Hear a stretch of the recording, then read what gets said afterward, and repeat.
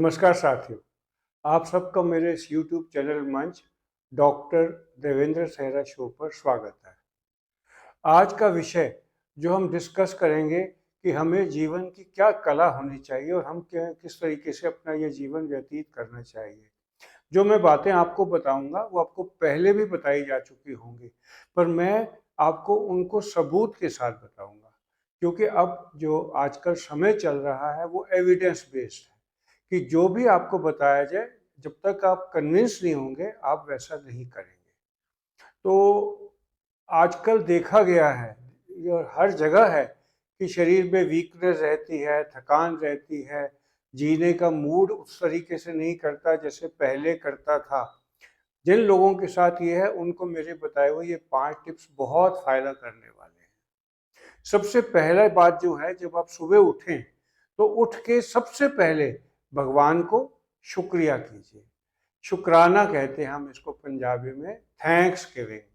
हम भगवान को उठते ही कहें कि हे भगवान, तूने मुझे एक दिन और जीने के लिए दिया, जिससे कई लोगों को ये चीज़ नहीं मिली।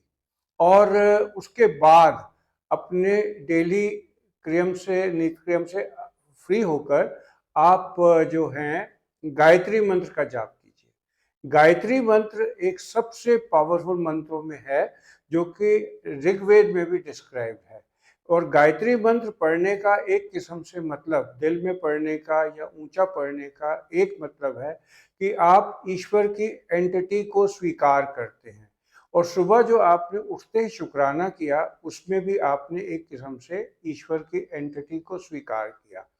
अब ये अलग विषय है कि ईश्वर है या नहीं है, इसके ऊपर आप बेशक डिबेट कर लीजिए, लेकिन ये पक्का है कि अगर आप ईश्वर में विश्वास करते हैं तो आपका जीवन बहुत सफल हो जाएगा। एटलीस्ट जैसे आपके माता पिता होते हैं, आप अपनी ज़िंदगी की गलतियों के लिए उनको इल्ज़ाम देते हैं।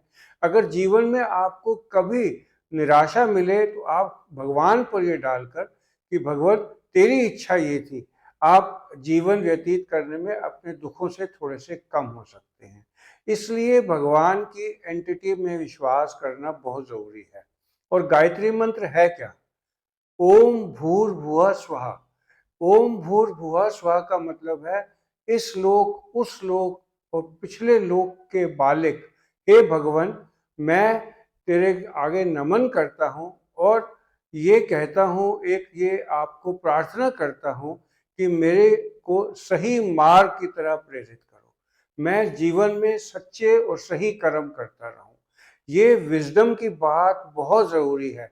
आप कितने भी इंटेलिजेंट क्यों ना हो, कितना भी दिमाग रखते हो, लेकिन अगर आप वाइज नहीं है और सही डिसीजन नहीं लेते तो आपकी इंटेलिजेंस, आपका सारा इंटेलेक्चुअल लेवल बेकार जाता है। तो सबसे ज़रूरी जीवन में है विजडम, और आप इस विजडम को मांगते हैं गायत्री मंत्र से। तो इसलिए ये दोनों सबूत हैं कि हमें चाहिए कि हम उठते ही भगवान का नाम लें, शुक्राना करें और फिर गायत्री मंत्र का एक बार कम से कम जाप करें। और भगवान से कुछ मांगना इस तरीके से, हे भगवान मुझे ये दे दो, ये दे दो, मेरे पर्सनल विचार में उचित नहीं है, क्योंकि भगवान अंतर्यामी है। उसको पता है, गॉड को, कि आपके दिल में क्या चल रहा है। और इसके बाद हम आते हैं कि हम सैर करने जाएं। सैर करना क्यों ज़रूरी है? सभी कहते हैं सैर कीजिए, आपको इंटरनेट भरा पड़ा मिलेगा कि सैर करने के ये फ़ायदे हैं। जो फ़ायदे हम सबको मालूम है वो ये है कि ये शुगर से बचाता है, शुगर हो तो सैर से शुगर कंट्रोल होती है, हार्ट अटैक कम होते हैं, वेट कम करता है, और ये हमारे वज़न को कम करने में हेल्प करता है। पर जो सबसे ज़रूरी बात जिस पर इतना ध्यान नहीं दिया गया, जो मेरे विचार में है, कि ये आपके डिप्रेशन को दूर करता है। सैर करने से आपके माइंड में ऐसा असर होता है कि आपका डिप्रेशन दूर होता जाता है। उसकी क्या वजह है? मैं पोइट्री भी लिखता हूँ और मैंने एक बार लिखा था, हर वक्त औरों से उलझने वाले, क्या तुमने कभी अपने आप से बातें की हैं? हम सबको अपने आप से बात करने का समय नहीं मिलता। तो अगर आप सैर करेंगे और अकेले करेंगे तो उससे आप नोट करेंगे कि आपके दिन के कई द्वंद्व, आपके दिमाग की कई बातें क्लियर होती जाएंगी। तो इस सैर करने का सबसे बड़ा एडवांटेज ये है। फिर ये डाइजेशन को भी ठीक करती है और हमारे काफ मसल जो हैं ये ब्लड को ऊपर पंप करते हैं और हम इसको पेरिफेरल हार्ट भी कहते हैं। और एक साथ लिम्फ भी ऊपर जाता है जिससे हमारा इम्यून सिस्टम बूस्टअप होता है। तो 3 बातें हो गई, शुक्राना किया, उसके बाद हमने गायत्री मंत्र का जाप किया, उसके बाद हमने सैर की, फिर हमें प्राणायाम करना चाहिए। प्राणायाम का क्या मीनिंग है? प्राणायाम आप इस तरीके से समझ लीजिए कि आप गहरी सांसें लेंगे। सांस एक ऐसी चीज है जो हमारी माइंड और शरीर को मिलाने के लिए ब्रिज है। अगर आप सांस ढंग से लेते हैं तो आपकी काफ़ी प्रॉब्लम्स ठीक हो जाती हैं। मैंने इस पर काफ़ी कुछ खुद स्टडी किया है और ये पाया है कि एक तो वेगस नर्व स्टिमुलेट हो जाती है और वेगस नर्व हमारे क्रेनियल सिस्टम की सबसे लंबी नर्व होती है। ये हमारे हार्ट को, लंग्स को, इंटेस्टाइन को, सबको सप्लाई करती है। और अगर आप वेगस नर्व को स्टिमुलेट कर देंगे तो हमारे बॉडी सिस्टम के सारे डिसफंक्शन ठीक होते जाते हैं। एक और बात जिसके बारे में अभी ज़्यादा डिस्कस नहीं किया, चाहे लिटरेचर में, वो है कि जब मैं पटेल चेस में था 1980 में, जब मैंने डीटीसीडी किया, उस समय हमारे यहाँ एक रिनाउंड साइंटिस्ट हुआ करते थे, डॉक्टर एएस पेंटन। उन्होंने ये रिसेप्टर्स का इन्वेस्टिगेट करके डिस्कवर किया था। उन्होंने 1950 में कैट्स पर देखा था कि जे रिसेप्टर होते हैं और वो लगे रहे और 1970 में उनकी कामयाबी मिली और उनकी चीज़ को इंटरनेशनली रिकॉग्नाइज किया गया। और ये रिसेप्टर हमारे इंटरस्टिशियल सब्सटेंस ऑफ लंग्स में होते हैं। अब इनका नाम थोड़ा सा बदल दिया गया है और इनको सी फाइबर रिसेप्टर कहते हैं। जब आप प्राणायाम करते हैं तो देखते हैं कि इन रिसेप्टर्स की वजह से हमारे स्केलेटल मसल्स के ऊपर असर होता है और वो रिलैक्स हो जाते हैं। हमारे इस जे रिसेप्टर से नहीं, बट अदरवाइज प्राणायाम से नाइट्रिक ऑक्साइड भी रिलीज होता है जो एंडोथेलियल डिसफंक्शन को दूर करता है। तो इसलिए प्राणायाम करना बहुत ज़रूरी है। प्राणायाम का अर्थ क्या है? प्राणायाम का मतलब है कि आप डीप ब्रीदिंग करिए और इसके ऊपर मैं फिर कभी वीडियो बनाऊंगा जिससे आपको बताऊंगा कि प्राणायाम किस तरीके से किया जाए और क्या फ़ायदा होता है। पर सारे प्राणायामों में उज्जयी प्राणायाम को सर्वश्रेष्ठ माना गया है अगर आप वेगस नर्व के स्टिमुलेशन की बात करना चाहें, क्योंकि ये अगेंस्ट रेजिस्टेंस सांस लेने की तरीका है जिसको हम वेल्सेल्वा मैन्यूवर करके मेडिकल साइंस में भी यूज करते हैं। इससे क्या होता है कि वेगस नर्व स्टिमुलेट होती है, हार्ट रेट स्लो डाउन हो जाता है और हमारा ब्लड प्रेशर मेंटेन होता है। तो शुक्राना हुआ, गायत्री मंत्र का जाप हुआ और प्राणायाम हुआ और सैर। सैर करने के क्या फायदे हैं? सैर हमारे डीएनए के साथ जुड़ी हुई है।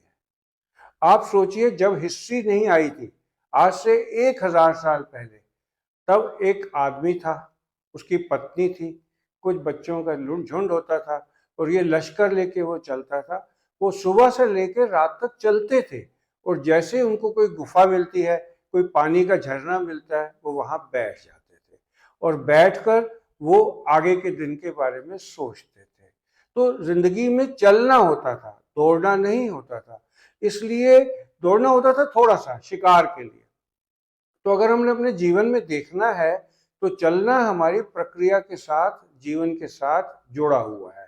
अगर आप चलेंगे नहीं तो आपको जितने लाइफस्टाइल डिजीज हैं, जैसे शुगर है, बीपी है, हार्ट प्रॉब्लम है, डिप्रेशन है, ये सारे आते जाएंगे। तो आपको सैर करना इसलिए ज़रूरी है। तो अब ये 4 चीज़ें तो मैंने आपको बता दी। थोड़ा सा मैं सैर भी और बता दूं कि at least half an hour a day और 1 आवर अल्टरनेट डे और 2 hours in after every 2-3 days या 3 आवर्स एवरी वीक हमें सैर मेडिकली एडवाइज की गई है।